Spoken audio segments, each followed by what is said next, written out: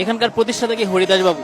হ্যাঁ, উনি মহান হরিদাস বাবু, যিনি এই বৃন্দাবন ধাম প্রতিষ্ঠা করেছেন। তো দাদা, আপনার নাম কি? আমার নাম শ্রী টগর দেবনাথ। এখানে আপনি কি কোনো দায়িত্বে আছেন? হ্যাঁ, আমি ভগবান আদিযোগী শঙ্করের আরাধনা করি এবং ওনার পূজা অর্চনা করি। আর পাশাপাশি আমি এই ভক্তবৃন্দের সেবা করি, এই আর কি। প্রতিদিন কি এইরকম মানে লোকজন আসে? বিশেষ বিশেষ দিনগুলোতে, যেমন শুক্রবার, তারপরে রবিবার, এরকম দিনগুলোতে অনেক ভক্তবৃন্দ আসে। তো আজ তার তুলনামূলকভাবে অনেকটাই বেশি ভক্তবৃন্দরা এসেছে। তো বিশেষ তিথিগুলোতে এর থেকে আরও বেশি ভক্তবৃন্দ হয়, যেমন রাস উৎসব আসে আগামীতে। তো তারপরে আমাদের দুর্গা পূজাতে আমরা দেখছি অনেক ভক্তবৃন্দ এসেছিলেন দূর দূরান্ত থেকে। এখানকার প্রতিষ্ঠাতা কি হরিদাস বাবু?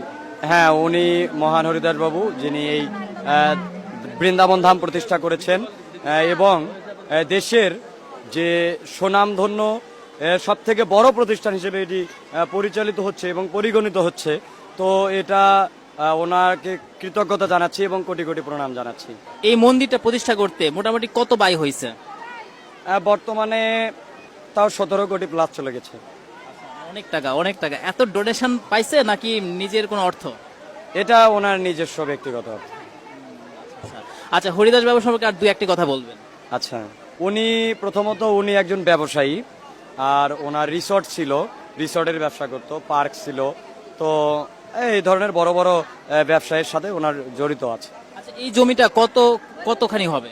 বর্তমানে 2 একরের বেশি আছে। আরো মনে হয় প্রশস্ত হচ্ছে। হ্যাঁ, দিন দিন হচ্ছে। এটা আপনাদের আশীর্বাদ, এবং আপনারা যদি আমাদের সাথে থাকেন তাহলে এটা আরো উন্নতির দিকে এগিয়ে যাবে, এই আমাদের বিশ্বাস। ধন্যবাদ, ভালো থাকবেন। হর হর মহাদেব। ওম নমঃ শিবায়। শিবায়। जटाटवी गलज्जल प्रवाह पावितस्थले कलेवलम्ब्य लम्बितां भुजङ्ग पुङ्गमालिका